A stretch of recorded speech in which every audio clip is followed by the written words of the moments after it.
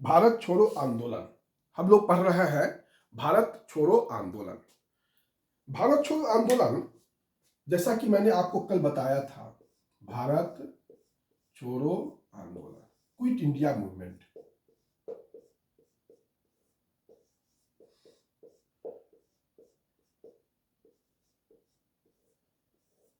Quit India movement, Bharat छोड़ो आंदोलन।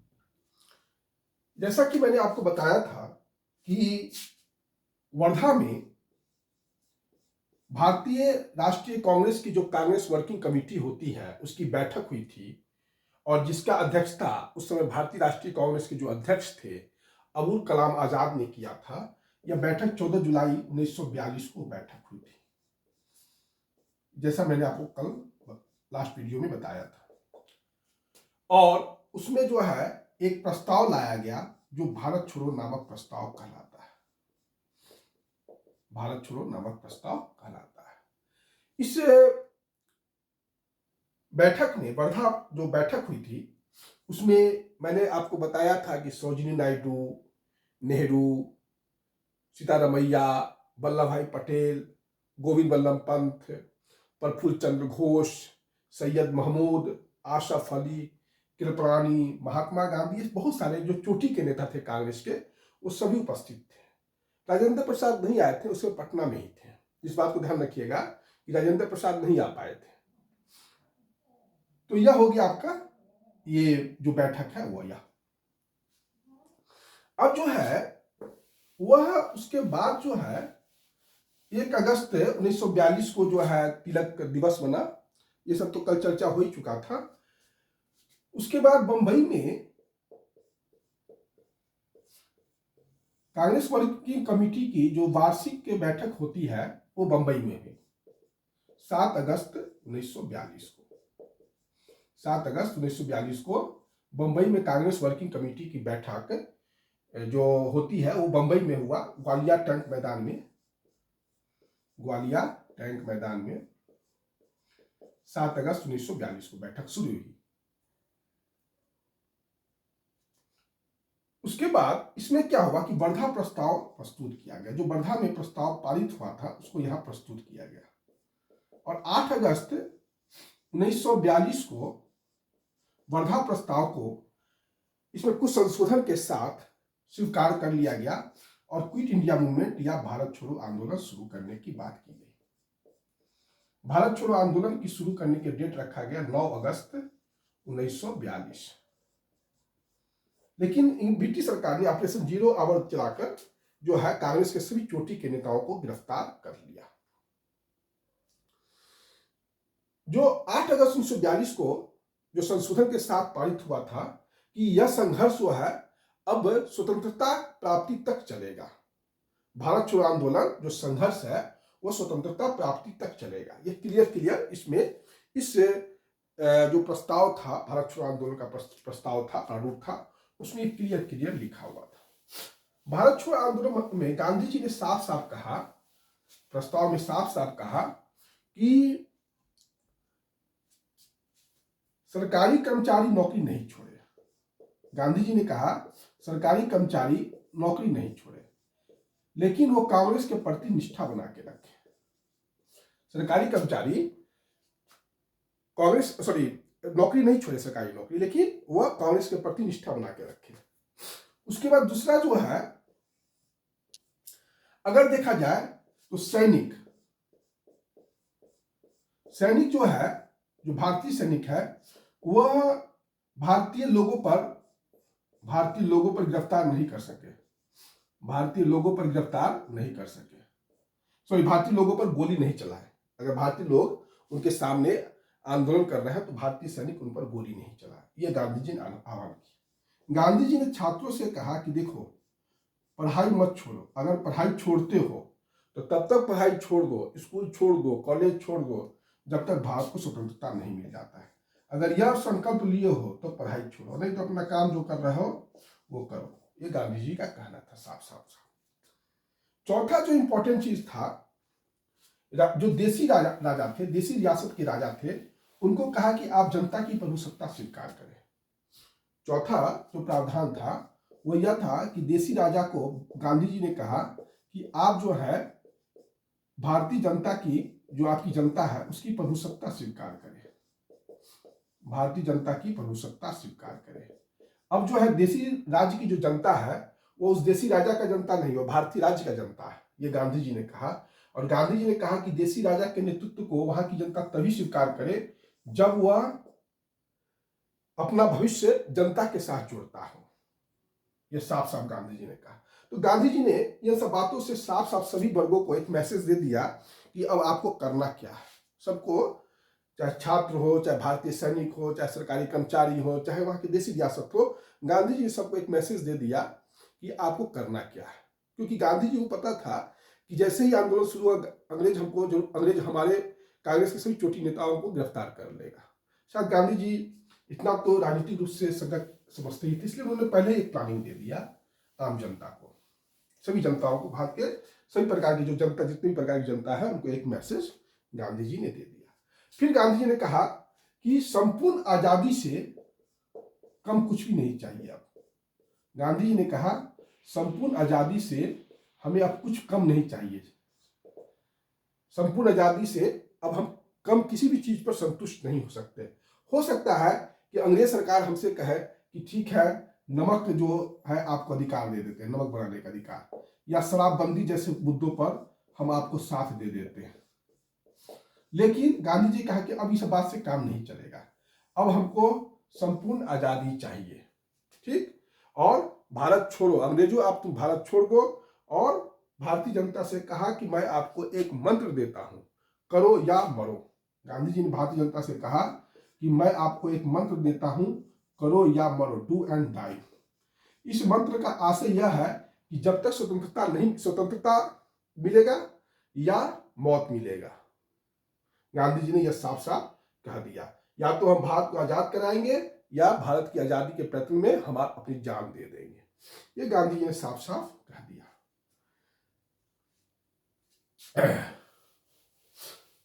अब 8 अगस्त 1942 को जो ये प्रस्ताव आया था भारत छोड़ो आंदोलन, वह भारत छोड़ो आंदोलन परीक्षा में बार बार पूछता है, इसको थोड़ा सा समझ लीजिएगा।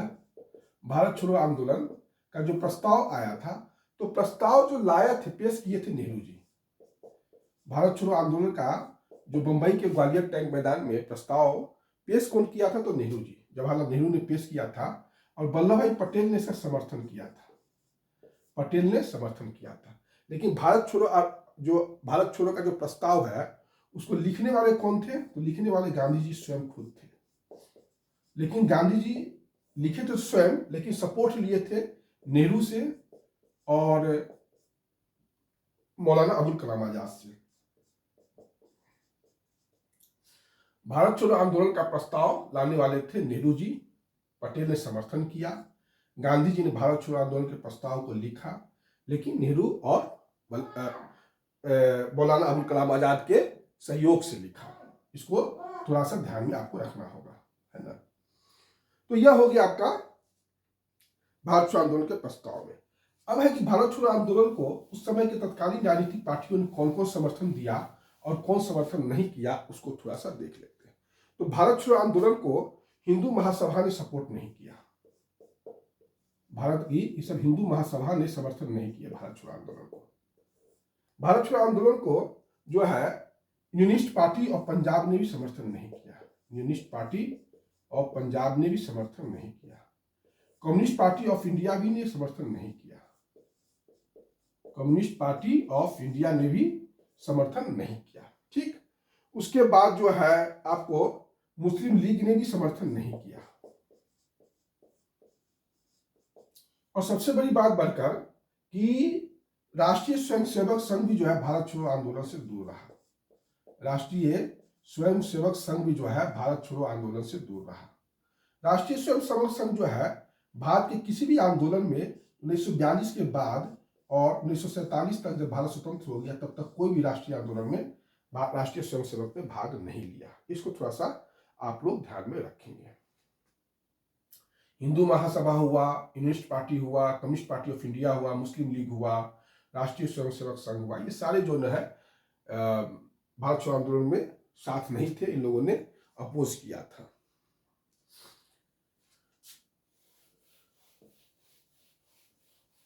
देखिए, एक थे शिव कुमार और रामानंद, ये भी भारत छोड़ो आंदोलन में बहुत इंपॉर्टेंट नेता थे, बिहार के नेता थे शिव कुमार और रामानंद।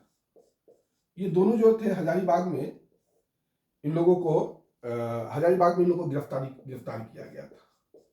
झारखंड लोकसभा आयोग की तैयारी करने वाले भी थोड़ा सा उसको ध्यान में रखेंगे। शिव कुमार और रामानंद हजारीबाग में गिरफ्तार हो गए थे। जैसे राजेंद्र प्रसाद बांकीपुर जेल में गिरफ्तार हुए, तो इन लोगों को गिरफ्तार कहाँ किया गया था? शिव कुमार रामानंद को हजारीबाग से।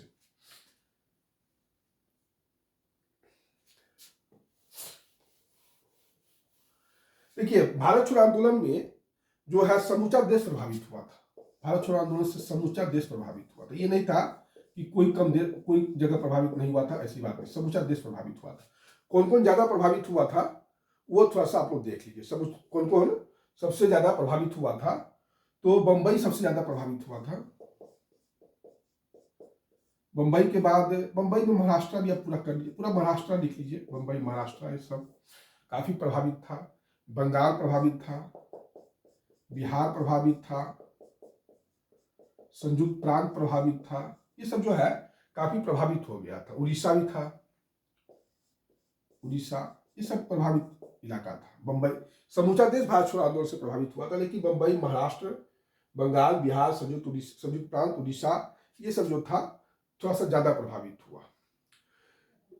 इसको थोड़ा सा ध्यान में रखेंगे। सर्वाधिक प्रभावित जिले राज्य यही है। ठीक, क्योंकि सारा ब्रिटिश सरकार ने जैसे 8 अगस्त 1942 को गांधी जी ने कहा कि मैं 9 अगस्त 1942 से भारत छोड़ो आंदोलन शुरू करूंगा या करो और मरो का नारा दिया, तो ब्रिटिश सरकार ने क्या किया कि ऑपरेशन जीरो आवर्स चला के जो है सभी चोटी के नेताओं को, कांग्रेस के सभी शीर्षस्थ नेताओं को गिरफ्तार कर दिया। इससे क्या हुआ कि आंदोलन जो है नेतृत्व विहीन हो गया। आंदोलन जो है नेतृत्व विहीन हो गया। लेकिन मैंने आपको पहले बताया था कि आंदोलन नेतृत्व विहीन जरूर हो गया, लेकिन आंदोलन का कार्यक्रम गांधी जी ने पहले दे दिया था कि आपको आंदोलन कैसे करना है, ये गांधी जी ने बता दिया था। इसलिए जो है ये आंदोलन जो है बहुत जगह पर स्वतः स्फूर्त आंदोलन हो गया, क्योंकि नेता थे नहीं, तो जनता खुद ही जो है इस आंदोलन में बढ़ चढ़ कर भाग ले रही थी। स्वयं मतलब अपना नेता भी थी और अपना कार्यकर्ता भी थी। तो ये जब इस भारत छोड़ो आंदोलन का एक जरूर इंपॉर्टेंट प्रभाव था।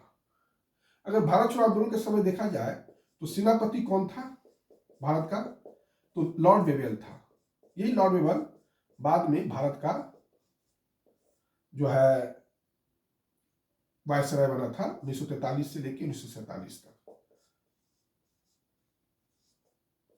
1936 से लेकर भारत का वायसराय 1943 तक कौन था? लिनलिथगो। और 1943 से 47 तक भारत का वायसराय था लॉर्ड वेवेल।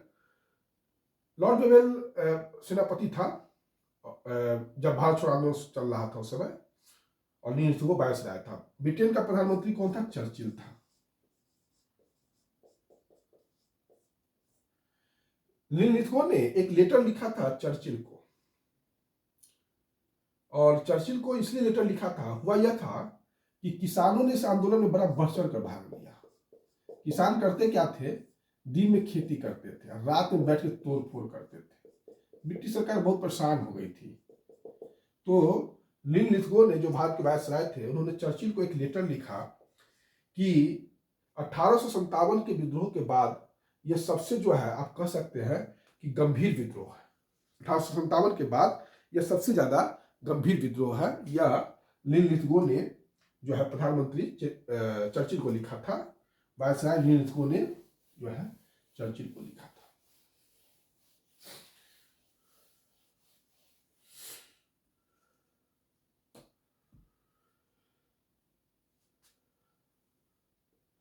नौ नवंबर, कल ही चर्चा हुआ था लेकिन फिर से हम कर देते हैं एक बार। 9 नवंबर 1942 को जयप्रकाश नारायण और योगेंद्र शुक्ल हजारीबाग सेंट्रल जेल को फांद गए थे। शायद दिवाली की रात थी, अमावस्या की रात थी, दिवाली को उस रात फांद के योगेंद्र शुक्ल और जयप्रकाश नारायण भाग गए थे। लेकिन ये लोग मुजफ्फरपुर में गिरफ्तार कर लिए गए और फिर दोनों को जो है पटना जेल में बाकी पटना के जेल में बंद कर दिया गया। तो ऐसे इस फैक्ट्स को ध्यान में रखिएगा जो बिहार लोक सेवा आयोग का तैयारी करते हैं वह। भारत छोड़ो आंदोलन के समय भारतीय राष्ट्रीय कांग्रेस का अध्यक्ष कौन था? तो मौलाना अबुल कलाम आजाद था।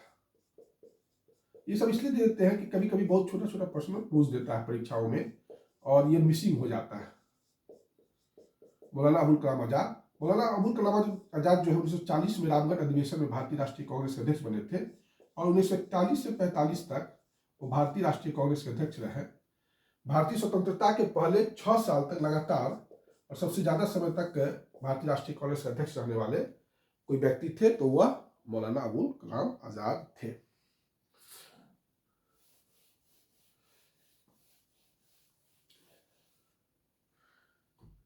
बंबई में एक भूमिगत रेडियो चलाया गया। बंबई में गुप्त रेडियो भी कह सकते हैं इसको, गुप्त रेडियो चलाया गया और ये गुप्त रेडियो जो था कौन चलाया था? उषा मेहता। उषा मेहता ने भूमिगत रेडियो या गुप्त रेडियो चलाया था। ये गुप्त रेडियो जो था बंबई वाला, ये मद्रास तक इसकी आवाज जाती थी। बंबई से मद्रास तक इसकी आवाज जाती थी। देखिए इस समय भूमिगत रेडियो भी बहुत काम था। भूमिगत आंदोलन, क्योंकि कांग्रेस के सभी अच्छे नेता गिरफ्तार कर लिए गए थे तो जो बाकी नेता बचे थे वो गिरफ्तारी के डर से जो है, गिरफ्तारी के डर शब्द का मैं प्रयोग नहीं कर रहा हूं, आंदोलन को सही दिशा देने के लिए वो भूमिगत हो गए। और उसमें उषा मेहता थे, राम मनोहर लोहिया थे, उसके बाद आपको जयप्रकाश नारायण थे। ये सब भूमिगत आंदोलन चला रहे थे बढ़ चढ़कर, है ना। तो ये सब भूमिगत आंदोलन के प्रमुख नेता थे।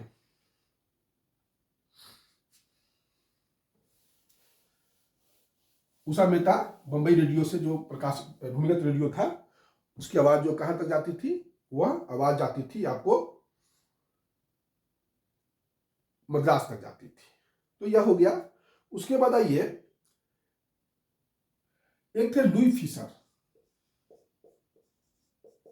लुई फिशर शायद द वीक ऑफ गांधी भी लिखे थे। वीक ऑफ गांधी करके उनकी किताब है। महात्मा गांधी के जीवनी लिखे थे लुई फिशर। ये अमेरिकी पत्रकार है, ये अमेरिकी पत्रकार है और भारत छोड़ो आंदोलन के समय ये जो थे रिपोर्टिंग जो है यही किए थे, लुई फिशर ही किए थे। भारत छोड़ो आंदोलन का रिपोर्टिंग लुई फिशर ही किए थे, अमेरिकी पत्रकार थे। लुई फिशर जो थे वह आपको भारत की स्वतंत्रता के समर्थक थे। ब्रिटेन से उन्होंने दबाव बनाया कि आप जो है अमेरिका को, भारत को स्वतंत्र कर दीजिए। जैसे पर्ल वर्क थे, ये भी अमेरिकी थे लेकिन भारत की स्वतंत्रता के समर्थक थे। एंडर गल्लो, ये सब व्यक्ति जो थे भारतीय स्वतंत्रता के समर्थक थे और ये दोनों सभी जो थे अमेरिकन थे। एमएल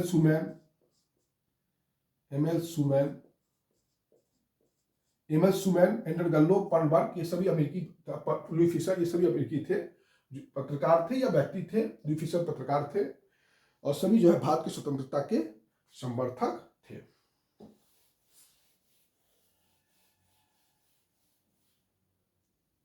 यहां पर कुछ दंगा भी देखने को मिलता है। दंगा ऐसा हो गया था कि ये विद्रोह के रूप में बदल गया था। 1942 में जो है कुछ दंगा देखने को मिलता है और दंगा की जो इंटेंसिटी थी वो विद्रोह के रूप में दिखाई दे रहा था। जैसे दंगा कहाँ कहाँ हुआ था, तो बिहार में और उत्तर प्रदेश में। उत्तर प्रदेश में खासकर पूर्वी यूपी में। अगर पूर्वी यूपी में देखा जाए तो आजमगढ़, बलिया, गोरखपुर में जो है एकदम दंगा की स्थिति हो गई थी, विद्रोह की स्थिति हो गई थी अंग्रेजों के खिलाफ। तो कभी भी अंग्रेज को ठोका जा सकता था। उसके बिहार में आइएगा तो कहां कहां जो है, जैसे कि बिहार में गया, भागलपुर, उसके बाद सारण, पूर्णिया, गया, भागलपुर, सारण, पूर्णिया। उसके बाद आ जाइएगा तो शाहाबाद